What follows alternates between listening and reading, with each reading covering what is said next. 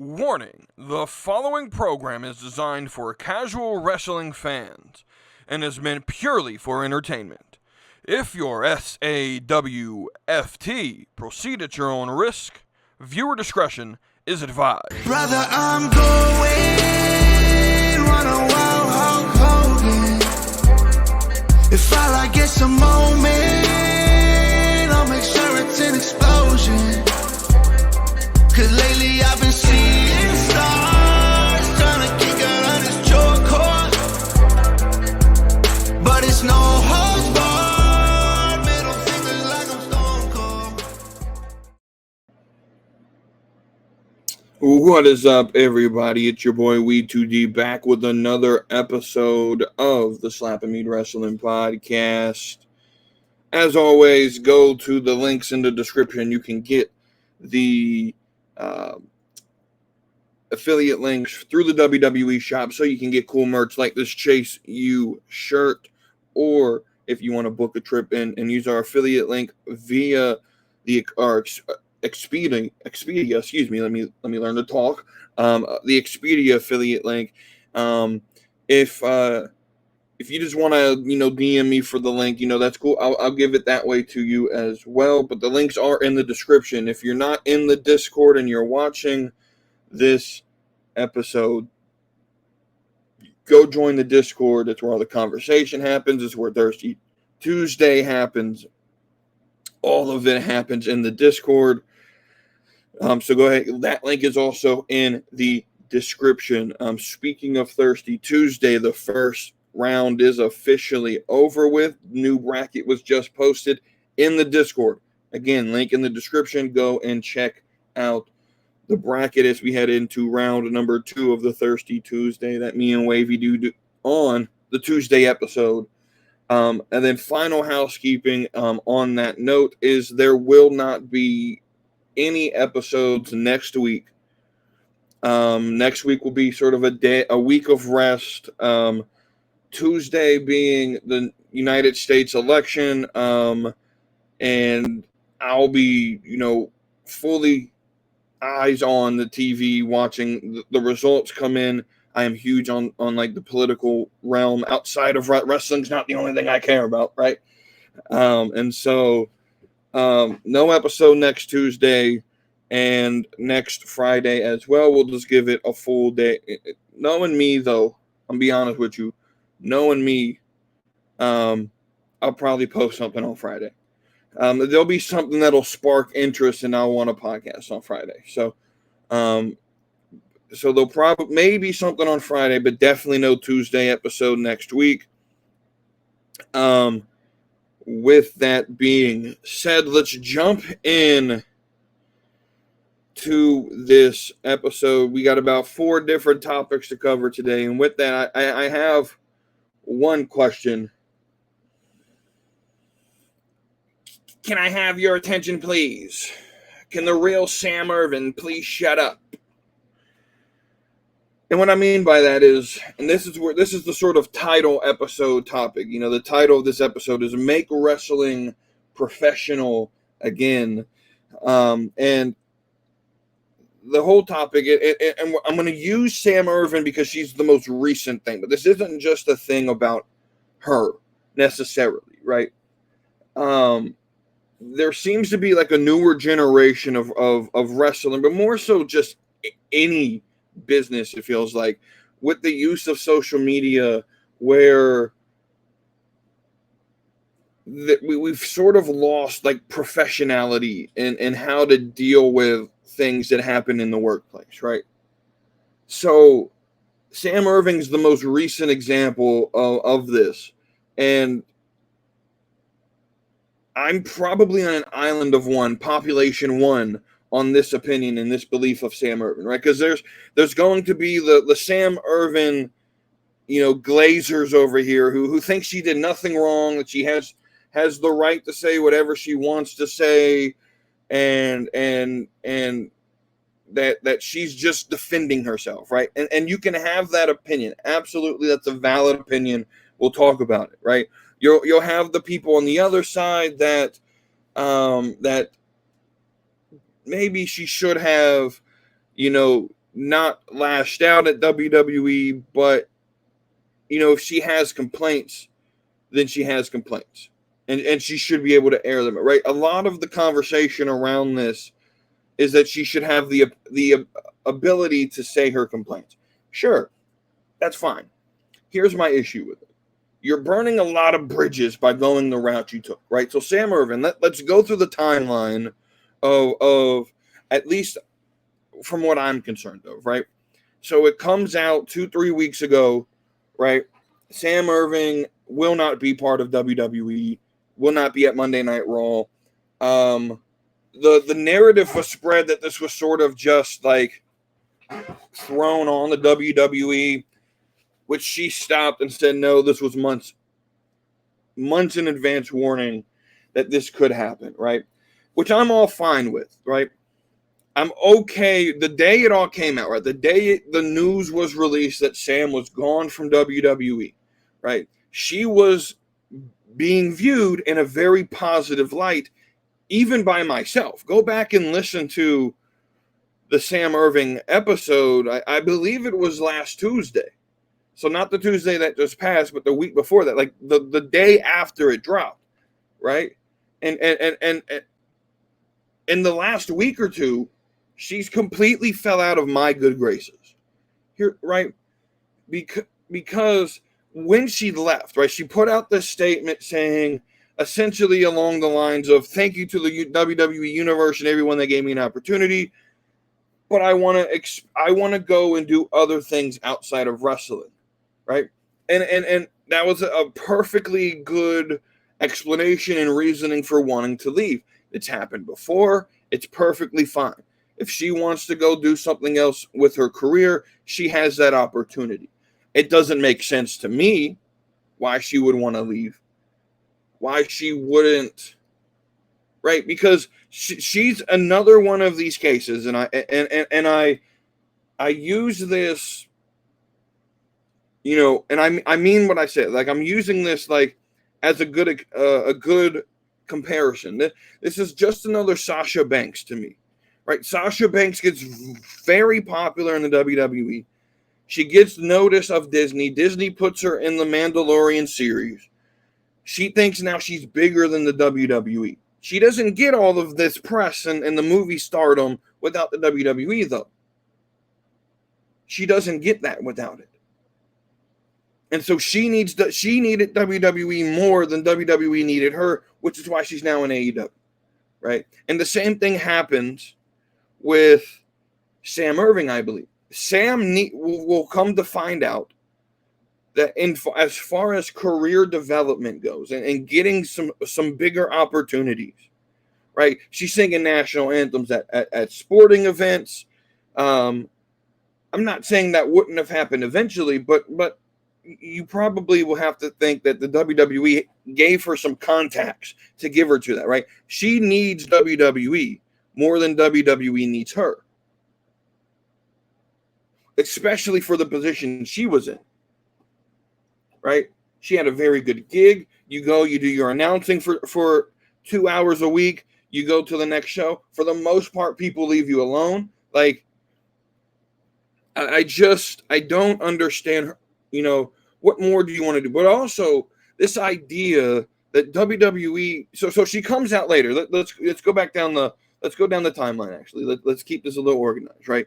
So it comes out. She puts out this press release, basically her own little statement saying, "Thank you. I want to try something outside of wrestling." And she's beloved, and everyone says, "Thank you for your time here. We're going to miss you," and everyone loves her, right? Well, the internet became and did what the internet does. There's a bunch of trolls on the internet, and the rumor started to spread that this has Ricochet written all over it, right? That Ricochet signs with AEW, and this is the reason Sam is leaving, right? And let's just be honest, how many of us had that opinion? Like I was, when the rumors of Ricochet started to happen, right? And he got pile driven through the car window and was written off of TV. And the rumors were spinning that he was joining AEW, right? At that time, back in the summer, a lot of us had the the opinion that if Ricochet walked, Sam Irvin was going with him. At some point, Sam Irvin was leaving WWE, and a lot of us, were, at least in the casual community, were understanding that this was probably going to happen, right? And so I think it's a fair assessment that this decision was based solely because of the amount of money, whatever that amount of money Ricochet got overpaid to come over, that it's enough that Sam was willing to dump her whatever contract. She wasn't making a lot of money. I'm assuming Sam Irvin wasn't making millions of dollars doing what she was doing. If anything, she was probably making six figures, which is still a lot of money.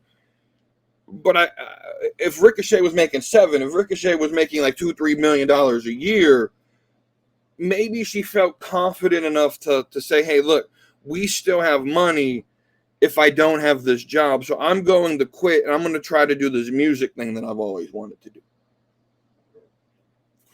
Excuse me. Right? And so I think a lot of this, so I'm not going to sit here and say it was solely Ricochet. I think she made the decision herself. But I think Ricochet going to AEW, doing what he wants to do, and all of that, that's great. But I think that has at least a little bit of sway in why she decided the timing for when she was going to leave. I don't see how that's a hard thing to say, right? But this is where we come to the professionality, right? Because she comes out and she just starts trying to defend Ricochet, trying to defend herself, trying to sort of... She starts clapping back to the trolls, right? And she starts feeding that, right? Now, as someone who has been in that nowhere near the level of fame that she has, but as someone who I'm very short fused at times when it comes to arguments, right? You say something and my first inclination, right? If I was on my phone and Twitter beeped right now and someone's tried to argue with something that I was going to say, my first inclination is to open up the app and to clap back, right? And it may not be like the best clap back, but I'm going to sit there, I'm going to argue, right? I've spent days before, like growing up, being as I'm only 27, right? So growing up essentially with a phone in my pocket, definitely my entire adult life, but most of like my high school years as well, right? We sort of grew up around phones and social media, like my generation, right? So we sort of it's sort of that ability to sort of clap back, right? And I've had to learn even that, hey, let the haters hate.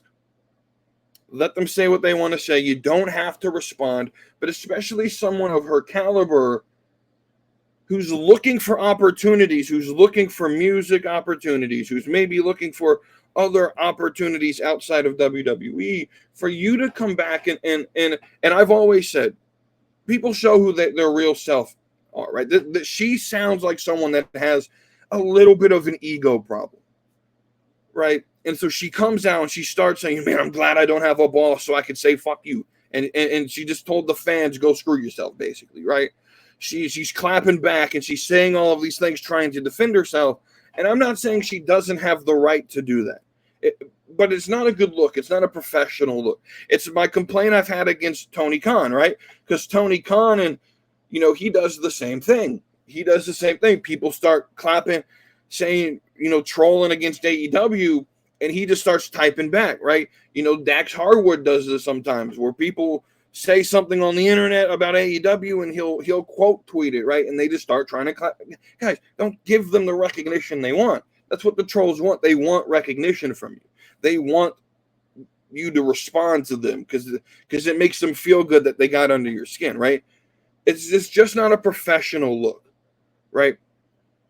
You leave, and there seems to be this trend among ex-WWE talent that when they get released or they get, they quit or their contract expires and they go elsewhere, that they come out on the internet, right? And they just start unloading the clip of all the things they want to complain about WWE. and oh, I hated this and I hated doing this, and then when people start clapping back at them and maybe giving them some like if I wanted to, like Sam, because Sam comes out, oh, I hated announcing. I wanted to be a manager. I wanted to be maybe the GM of a brand. Like, announcing was just supposed to be my entry into the business. And we're going to talk about that statement here in a minute. But if I wanted to, Sam, like if I wanted to respond to her, I could say, Sam, like my response to that. Let me just go ahead and give you my response. You were the best announcer in WWE. In what universe do you think they're going to move you from that position? At some point, people have to just play the role they're given. If your boss tells you to do something, you just have to do it. Play your role, right? Because WWE is a team, right? And while the announcer may only be 1% of the show, I believe it's a very important part of the show. And you're the best in the company. Now, you're not the only one in the company, so if you want to leave, that's fine. But we're not going to spend all this time, putting cameras and social media reactions of you reacting to all of this and all of that. We're not going to spend all this time, and then because you don't like it anymore, move you to a different role you might not be good at. We found the thing you're good at, so you're going to stay there and you're going to do your job. I'm reminded of a guy. He no longer works for WWE. His name's Drake Wirtz, right? And that's a dangerous name for me to release, because if the wrong member of the IWC hears that name, they're going to be triggered. That's why I put the warning at the front of this episode. But Drake Wirtz, right? Drake Wirtz was a former ref in NXT. One of the best refs they had. I'm gonna be honest with you, right? I like this dude on a personal level. Never met him, but I'm friends with him on Facebook, and he's a really cool dude, right? And he loves wrestling, but he wasn't like trained to be a referee. That's not what he got in the business to do. In fact, he has like this whole career before he got to WWE where he went by the name Drake Younger, and he was very quintessential in like deathmatch wrestling. He was one of the big names in deathmatch wrestling prior to him getting to WWE. But when he gets to WWE, they make him a referee. And he played his role. He did his job, right? And why he no longer works with the company, that's a whole different story. Y'all can do your own research there. We're not going to go down that path. But he played his role. I'm sure he wanted to be a wrestler, right? Everyone's dream job is, if you get into wrestling, right? I'm assuming when you sign that contract, you don't want to be delegated to referee in developmental, right? But he knew his role. He did his job to the best of his ability, and he became one of the best referees in NXT. And he has all these memories. I've never seen him once shit talk WWE. He understands the business, and he played his role. I don't understand why people don't do that. Right, Sam, you're the best announcer in the company. So this may be your entry. That may have been the deal, right? Hey, we're going to put you as ring announcer. We're going to work you up. But here's what happened, Sam. You got very, very good at ring announcing, to the point to where people came to the show with signs for you. People came to the show for you. So we're not going to move you to a different role where you may not be good at, when we know you're the best at this. That's how business works, right? If I own a restaurant and I hire someone and he's really good in the kitchen, he's going to the kitchen, right? I used to manage a restaurant, right? A fast food restaurant. If you live in the Southeast, you know what a Zaxby's is, right? And I used to work for them, right? And as manager of the right, you come in, we plan for our shift, and we start. I don't know how other restaurants do it. So if anyone else has fast food experience, I don't know how that works for you guys, but with Zaxby's, we had to like write out what position each person on our shift was gonna play on the team that night, right? And so oftentimes, as manager, I was in what we call the float position. So I went wherever the help was needed the most, right? But I had people on the team that were cross-trained. We tried to cross-train everybody. Not everyone was cross-trained, but we gave an incentive. If you got cross-trained and were proficient at it, there would be a pay increase, right? So we tried to cross-train people, because what that does is it gives you more flexibility in your scheduling, right? And so, but I know where people's strengths are, right? Okay, so this guy, he's really good on the fryer, so that's where he's going. And he may not like working fryer 5 days a week, but he's very good at it, and he's quick. We never run out of food. So he's going on fryer station. And then when he starts to complain, we can have that conversation again, right? I know this person's really good dealing with customers and getting orders out the window. So you're going in the drive-thru, right? Like, you know where your strengths are, and someone may not like it. They may want to be in a different position, but you're going to play that role on my team so that we can have a proficient shift, right? That's the idea here. Sam, you may not like being an announcer. You have the right to feel that way, but you're the best at that position that I have right now. So you're going to play your role so that we can have a proficient show and please the fans and please the paying customer. Right. And all of a sudden now you come out, I didn't like announcing. I hated it. Sam, come on now. And then what happens? People play this role where they come out, they right, and then people start clapping back, and then what happens? They either make a post or delete their social medias, and it's all this, I'm being bullied. The IWC, look at how mean the WWE code is. They bullied Sam off social media. No. Sam, you invited the clapback when you started shitting on people. When you started giving the trolls the energy they wanted you to give them, you gave them that response, and then they gave it right back. You can't claim the victim when you're the one that invited it. So as I said at the beginning of this segment, can the real Sam Irvin, because this is the true Sam Irvin, she seems to have an ego problem. Maybe fueled a little bit more because her husband's finally making great money, right? And she goes on this whole rant. Everyone always said Ricochet was just going to be a jobber. Yeah, because that's all he was. That's all he was ever going to be. He was brought in by Triple H to be on NXT during the whole little cruiserweight thing that they wanted to do. And it was fine, but Black and Gold NXT was trash, because it was Black and Gold NXT, to me, is what AEW is right now. It straight, like, just wrestling flips and all that bullshit, right? But if you look at NXT today, that is what I like in wrestling, right? Storytelling.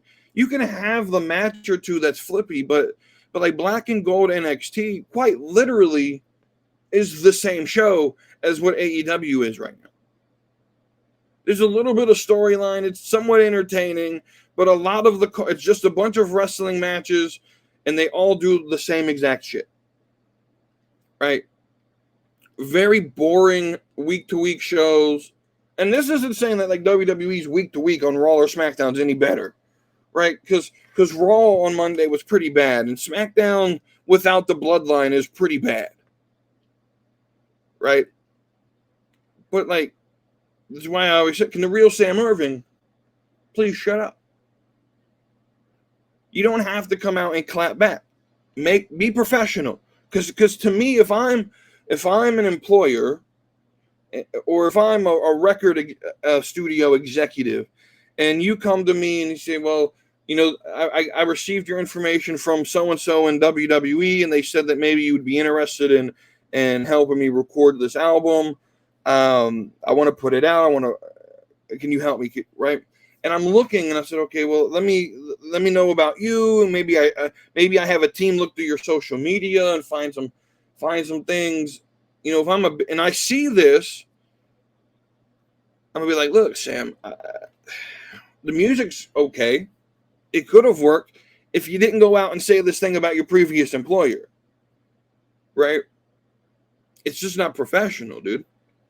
So can we make wrestling professional? If I was an indie wrestler right now, if I was training to be a wrestler, this would be my gimmick. My gimmick would be like, and it could be, this would make a perfect heel of like the true professional in a wrestler, right?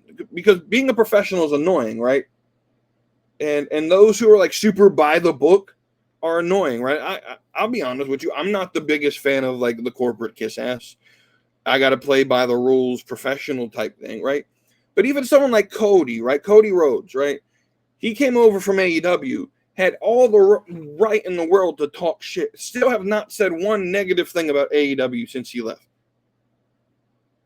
It's all been positive, right?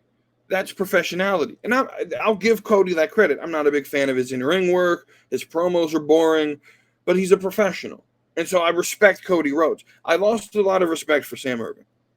And some are going to come in and say, oh, you're slandering her. I'm just giving you the information she gives me and making my opinion on what I'm reading. And what I read is there's an ego problem here. She thinks she's bigger than the brand. Look, Sam, you could go out and do your music. That's fine. If that's what you wanted to do, but leave it at that. Don't come back and say you hated doing what you were doing. It just shows you don't understand the business or business in general. How businesses work, right? You were the best at your job, so you're going to do your job. You have a position and you were very good at it. Like to the point that you're listed now in like the top 3 greatest ring announcers of all time. That's crazy. And you hated it? Come on now. You could have made a very comfortable living doing that. Come on now, Sam. You're going to, I don't know, man. I'm just, maybe I'm just a little tired of people leaving WWE and then like shit talking it. Like it was the worst experience of their life. That they got to be in the biggest sports entertainment company of all time. And I'm sure there are people who've had very negative experiences and they have the right to voice them. But Sam Irvin, come on now. You hated what you were doing. I just don't believe it. I don't. This feels like trying to be, you know, this feels like something where she was trying to gain sympathy with the IWC. And for some it worked, but for me it just it felt like a standard I'm just going to bash the company session. And I don't have sympathy for that. I just don't. But let's move on. Let's move on to NXT. So I was going to do Halloween Havoc recap, but here's the thing. I'm just going to give like a simple recap of Halloween Havoc, not go match for match, just my overall thoughts. I didn't think it was the greatest performance of NXT this year. I thought that it did its job. It was very good. I understand the Halloween gimmick and you want everything to be spooky and have all these like hardcore stuff, right? It sort of fits with that gimmick, right? My problem is you had 5 matches and 3 of them had some sort of no holds barred hardcore gimmick to it. And it just felt like the same recycled match with different characters. It was good. It was still very good, right? I love NXT. I'll always support it, right? My favorite moment of the whole show, though, was Tatum Paxley popping up out, scaring Booker T, right? There were some other good moments, right? The ambulance match was okay for being what it was. Devil's Playground was okay. The problem is WWE does these like hardcore like gimmicks, and then like they run the same type of spots in all of these matches, right? You'll have like a ladder spot, you'll have a table spot, you'll have what typically would be like a tack spot, but instead of thumbtacks now they use random objects, whether it's beads. A lot of times they use like Legos, like they did on Tuesday with the Tatum Paxley Wendy Chu match. And it's they never really get super like no holds barred, right? Like the whole point of like a hardcore match is to be bloodied and go around. Like I love matches that go around into the backstage and into the parking lot. And I think wasn't Devil's Playground, like wasn't that whole thing is that you can get pinned wherever? So why the fuck did we not leave the arena? I know the answer. The answer is because all the fans would bitch that paid money. They would bitch that they didn't get to see the whole show. But guys, you're not paying to see the whole show in front of you. You're paying for the experience of being at the show, right? That's my main thing. Like that. Like when I say like we need some like vignettes sometimes on these week-to-week shows that are off-site, not in the arena. People are like, well, people pay their money to watch the show. No, the show is the overall experience of the show. That's what you're paying for, right? That's just 2 cents on a different topic. But overall, I mean, it was like a B- PLE. I was feeling some of it, not feeling parts of it. I think the first 2 matches really won the show for me. Really started really good. Excuse me, with Oba and Tony D'Angelo, and then the tag team between Julia and Stephanie and Cora and Roxanne. Those really started off strong, and were my favorite part of the match, or favorite matches of the night. Excuse me. Outside of that, it didn't get bad. It just felt, I don't know. It felt like copy paste repeat, right? And so, but then we get to this Tuesday, and now I'm excited about NXT again, right?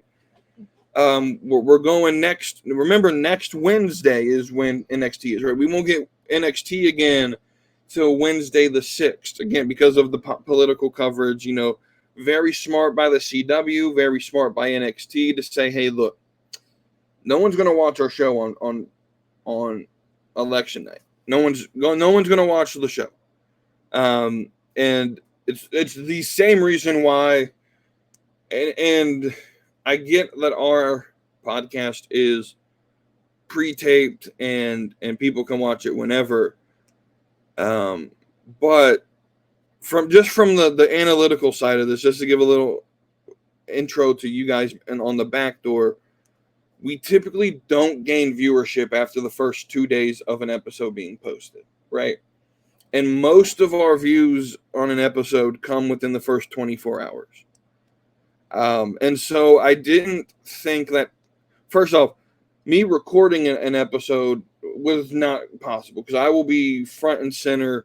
Not that I necessarily care about who wins and loses. I'm not going to go down the whole politics side of that, but it is one of those things that I am interested in. Not because politics is like one of my favorite things to talk about. Be honest with you, but I don't think that they would make much sense to have an episode on the night where 90% of the country will be in front of the TV watching election coverage.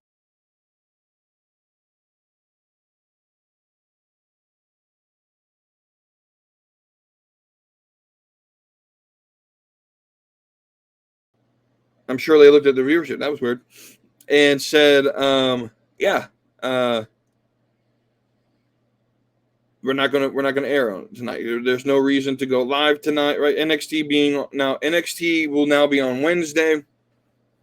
Live from Philly in the 203 or 2300, excuse me. This is called the ECW Arena.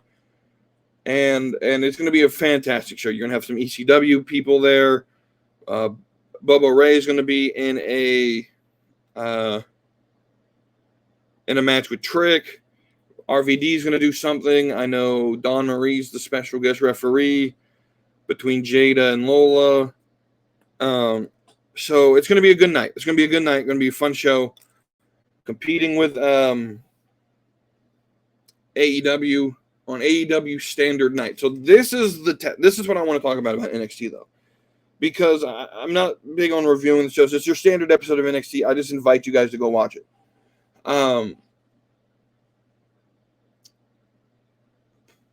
bigger thing is, so when NXT went up against AEW about a month or so ago, it was on NXT's night, right? And so AEW's fans, well, it was on a different night, blah, blah, blah, and blah. Well, now AEW's going to be on their night, and NXT's coming to invade their night for a week, right? And I'm interested to see what the ratings are for that, because I think this is where the true battle is, right? This is home field advantage for AEW, and I'm still willing to bet. I'm still willing to bet NXT does better ratings. I just thoroughly believe that. And so that's really where I want to stand with NXT. I enjoyed Halloween Havoc. I definitely enjoyed this week's NXT. Pretty fun. You know, wasn't a big fan of the tag match as the main event. But the women's division's on fire. So the last thing I want to talk about is this Rhea Ripley injury. Apparently on the October 21st episode of Raw's, where they believe it happened, she broke her orbital bone, giving a headbutt to Liv, which is why I've never understood why people have been doing these headbutts. Never understood it. There's no potential gain to doing that move. You could just do a normal punch and it had the same effect, right? But anyway, Rhea Ripley broke an orbital bone. Sounds like it's actually real. And so they write her off by having her come to NXT and getting attacked and jumped by, so she shows up, she says hello to the women's locker room. It was the team of, or the five basically good girls in the locker room: Kalani, Julia, Stephanie, Zaria, and Jordan Grace. They were in the locker room, and Rhea comes up, says, "Go kick ass next week," right? And then about maybe 20 minutes later, we see refs running towards the parking lot, and there's like a whole storyline just in the WWE parking lot, or excuse me, the NXT parking lot, right? This is what I'm talking about. There's if something happens and if someone gets hurt in the parking lot, it's a real injury, and you there's a lure now to NXT, you don't go to the parking lot, you're gonna get hurt. Be careful. You got to have eyes on each side of you if you're going to step foot in that parking lot during the show, because someone's probably going to injure you, right? So you have the refs and medical running towards this car. On the side, you sort of see Liv and Raquel walk off the screen, and then they get to the car, and Rhea Ripley's like a bloodied mess, beating all the fuck up, and yeah, this is first off, great way to write Rhea off. But this again, we'll talk about this a little bit deeper in another topic that we're going to talk about. But this shows me WWE is not considering NXT developmental anymore. You don't do this injury angle with Rhea on NXT if you view it as developmental, right? This is a big show. This is a show that they want other people, the same people, to watch Raw and SmackDown. They want them to come in, and you're going to have to watch NXT to get the full story, right? So you're going to get to Monday Night Raw, and Rhea, they're going to announce this, right? Joe Tessitore is going to be like, look what happened on Tuesday night last week, right? And you're going to have to discuss why Rhea Ripley's not wrestling and why she's out of action, and look at this beatdown, right? Very smart, very smart. Very, very smart to do this angle. Now you don't have to say Rhea, right? Of course, the smart marks on the internet know that it was a botched headbutt, and then that's what actually hurt her. But in kayfabe, she got attacked on NXT in the parking lot, and that's the story. And I'm all for it, right? I'm all for it. So we'll go from there. Also, Tatum Paxley is a star in the making, and I love her being in her role. I like where she's at, I just hope that this comes out with some sort of title run for her, because the fans love her.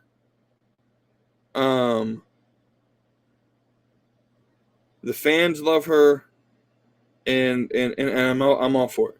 So let's move on to the next topic, the third topic here, and that's WWE has come out and has released this idea of NXT NXT ID, or independent development. Now, I want to read from them their exact words, right? I'm not like, I'll be straight up honest with you. This whole thing, how I'm going to talk about it, is going to be a response, because I think by now, like, all of you know what NXT ID is, right? And I'm going to read basically their press release as to what it is and explain what it is, right? And so I'm going to give you what it is, but my opinion's going to be on the response to it, right? So from WWE's website, October 29th, WWE today announced the launch of a first-in-its-kind developmental program designed to provide up-and-coming independent wrestlers a pathway to a potential career in WWE. A quote from Triple H: "WWID is the latest in our effort to identify and support the journey of up-and-coming wrestlers, and in turn raising the profile of and strengthening the independent wrestling ecosystem. Following the 2001 launch of WWE's NIL program, WWE ID has been constructed to support independent wrestling prospects and wrestling schools with world-class training, development, and mentorship. Under the program, WWE will provide prominent independent wrestling schools with the WWE ID official designation, with the goal of providing new trainees and existing talent at these select institutions with enhanced developmental opportunities. Booker T's Reality of Wrestling, Cody Rhodes' Nightmare Factory, Seth Rollins' Black and Brave Academy, Elite Pro Wrestling Training, and KnockX Pro Academy, which is Rikishi's school, are the first WWE ID independent wrestling schools to earn this designation. Additionally, WWID will provide top independent wrestling prospects with a WWE prospect designation and support the developmental journey by providing financial opportunity and assisting with training, mentorship, and development, including access to world-class facilities, best-in-class ring training, athletic trainers, and more. WWID will give fans the opportunity to follow the paths of these standout prospects on the independent scene through curated behind-the-scene content, as well as highlights and matches showcased across WWE's social platforms. All right, so let's discuss what it is, and then we can talk about what it's not, right, and the response to it. So what is it? It's NIL it's the NIL program for independent wrestlers, right? So in 2001, WWE launched the NIL program when the NCAA allowed for NIL to happen, right? Now, NIL in college athletics terms is name, image, and likeness. NIL essentially was created by college athletics to allow college athletes to be paid for the use of their image, name, image, and likeness, right? And so because of that, all sorts of firms and companies started saying, hey, we'll pay you, we'll give you some sort of money, some sort of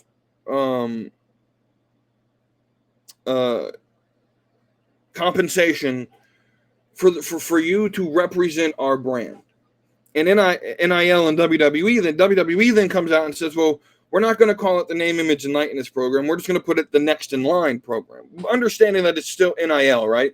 But they rebranded it as Next in Line. And the idea with the NIL program with WWE was, hey, we are going to identify certain prospects in collegiate athletes who in collegiate athletics who we view as potential candidates to become the next WWE wrestler, right?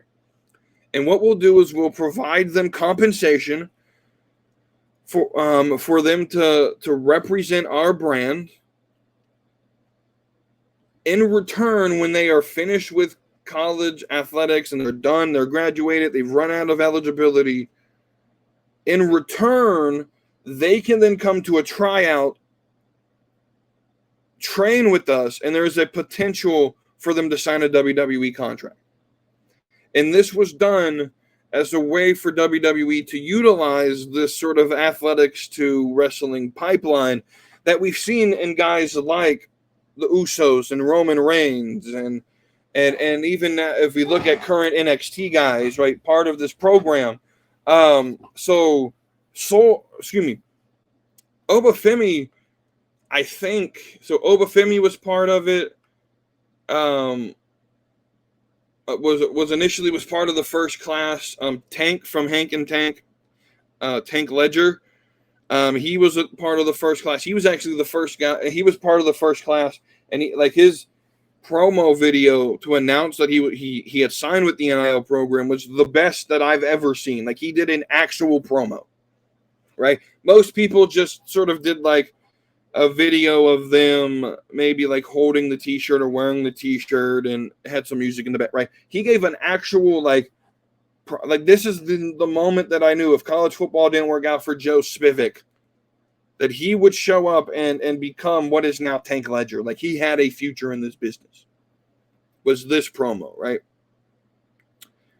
And so the whole idea of the program, though, was to provide a pathway to WWE if that prospect considered and wanted that career, right? But we're going to financially compensate you. We'll offer you a pathway, right? This is exactly what this program sounds like it's going to do.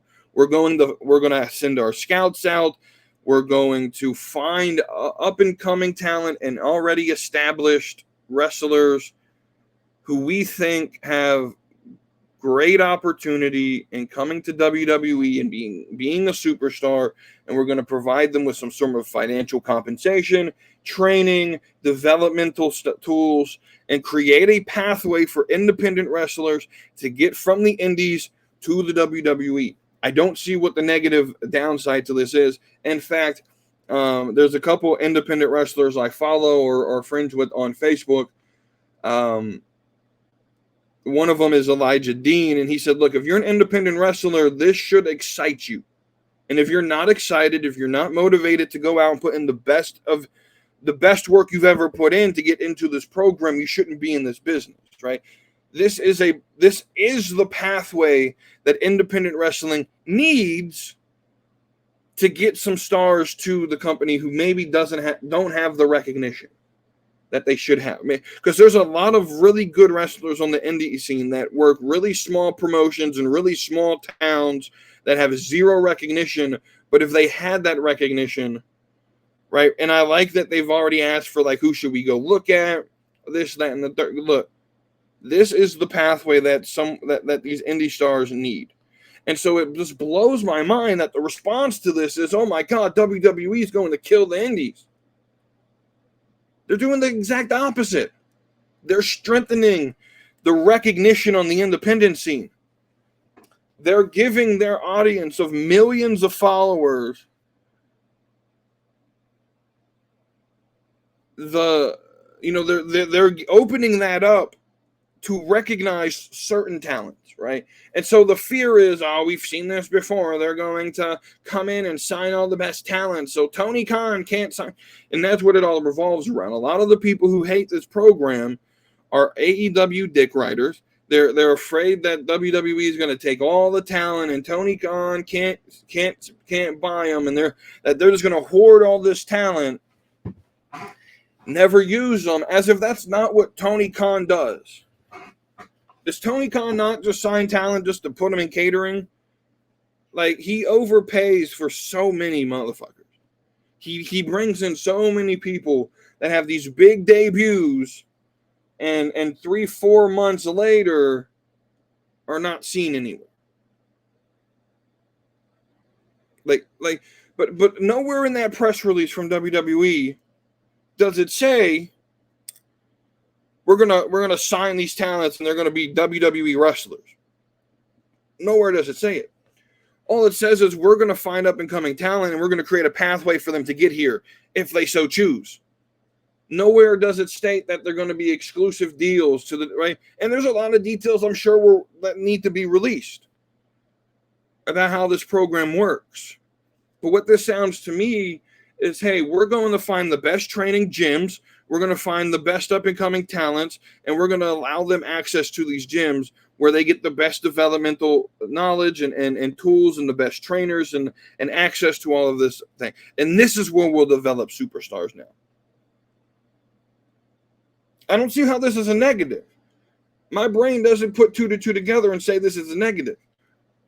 This helps the indie scene so much. Like, it blows my mind that the indie wrestlers that actually are the ones that benefit from this are not, like, most of them that I've seen are uber excited for this. And the only people complaining are the fans on the internet who've never wrestled before. And I'm not the type of person that likes to use that argument, that if you've never wrestled before, shut up. But it blows my mind, like, that the actual wrestlers love this idea, and the people who sit behind microphones, you know, and there's a lot of people who sit behind microphones that are cheering this on, but there's a few of them who sit behind Twitter, or they write for a big publication like Fightful, who sit here and say, you know, we're a little worried. We're a little worried WWE might be, you know, might be hoarding talent again, like they did to NXT or did to the UK scene with NXT UK. But they never mentioned with NXT UK that there are 2 major factors that ended indie wrestling, and one of them, and neither of them, was the WWE. The first one was the speaking out movement, or the Me Too movement that happened in wrestling in 2020, as well as, I don't know if we don't just remember it because we're 4 years removed from the fact that we had an entire pandemic that shut down 90% of Europe, to where and that affected not just the indie independent scene, but there's independent wrestling in America that got shut down because of the pandemic. All right, so can we not blame the fall of British independent wrestling on WWE? Did they take talent? Sure. But here's my question. Why is it such a bad thing that the best wrestling company in the world has the best pro wrestlers? Why is it such a bad thing that WWE notices talent, brings them in, and signs all the good ones? That's how this is supposed to work. The indie scene is supposed to be like where the development of your skills happen, where you put in your dues, and then you're supposed to want to progress to the top of the mountain. And so why is it a bad thing when everyone is at the top of the mountain? That doesn't kill the indie scene, because the idea is you're supposed to just replenish that vacuum, right? Right? You're supposed to keep promoting more people. I don't understand what's such a bad thing with WWE coming in and saying, we want the best because we're the best company, right? You don't ever hear that about any, they're trying to monopolize the business. No, they're not. This isn't going to monopolize the business. This isn't going to monopolize wrestling, because there's still competition. This isn't going to kill any competition. I don't see the negative in this. Could someone explain to me an actual negative that isn't emotionally charged? They're going to hurt AEW, because that's what this boils down to. The people who are against this idea know that WWE is going to find talent that AEW wants, and AEW won't be able to sign all of the new talent, so they're just going to have to pay for overpaying for people like Ricochet and Kevin Owens and Bobby Lashley. And that if that hurts their feelings, that's what it is, right? So let's move on. Let's move on to our last topic, which is War Games. As we look past Crown Jewel this weekend, tomorrow, as we move past crown jewel and we move into War Game season, Wavy D had mentioned this earlier. I just want to talk about something, an idea that I had. We don't have anything planned for a women's War Games match, and we're like 20-something days away from it. And not that WWE can't throw something quick together. It's just going to be bad. But I think NXT on Tuesday has created a very compelling storyline that I could see being one of being the women's War Games match this year. You know, I just said NXT is no longer developmental. They consider it main roster. I think the best way to fully solidify this is to put the NXT on a actual PLE. And War Games feels like just the right place to do it. So what's this storyline? Well, if you watch NXT, you know exactly where I'm going with this. Now, this is crazy because I posted this in the casual wrestling, so not the Discord, not the Junkyard Media Discord, but in the casual community Discord. I posted this on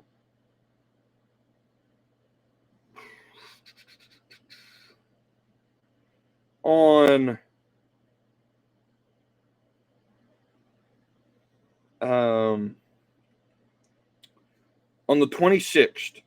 So the 26th was Tuesday. No, excuse me. The 26th was last Saturday. Okay, so during NXT, Halloween Havoc.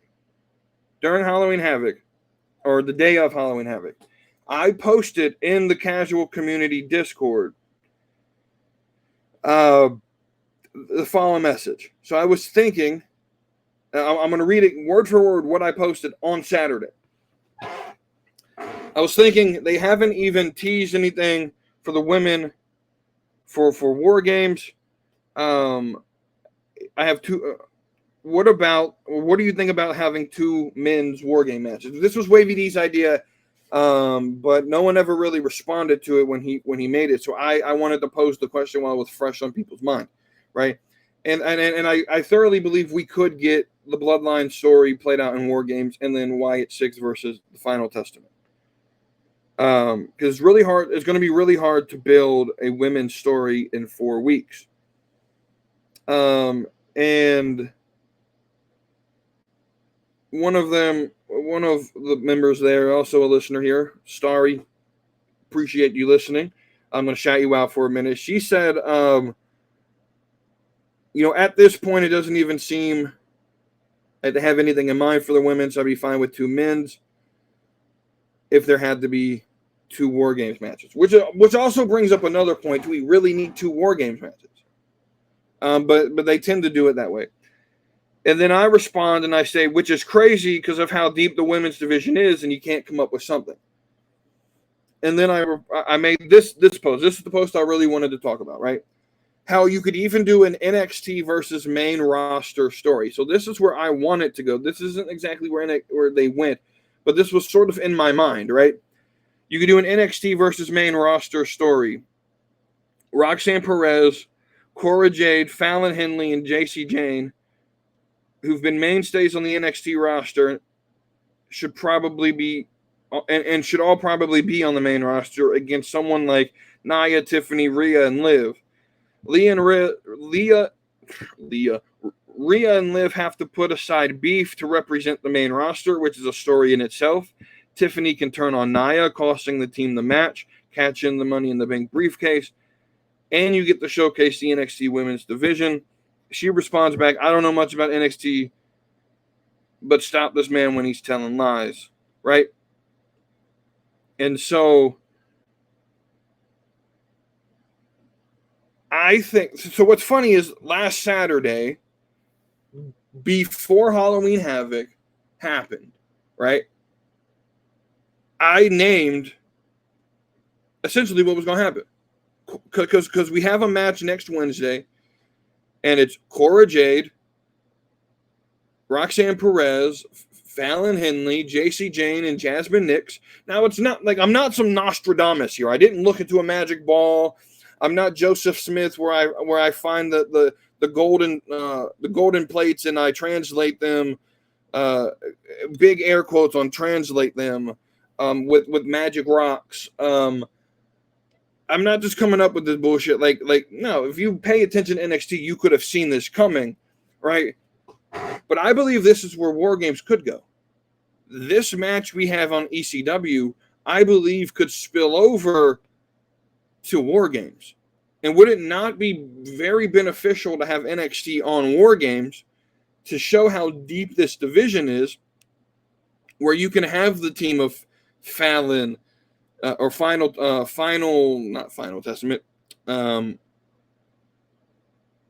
fuck is it? Fatal Attraction. There it is. Fatal Attraction. No, Fatal Influence. Excuse me. Because it's essentially Toxic Attraction with different adjectives. Fatal Influence, and then Cora and Roxanne. So Jasmine Nix, Fallon Henley, JC Jane, Cora Jade, Roxanne Perez versus Stephanie, Vaquer, Julia, Zarya, Kalani, and Jordan Grace.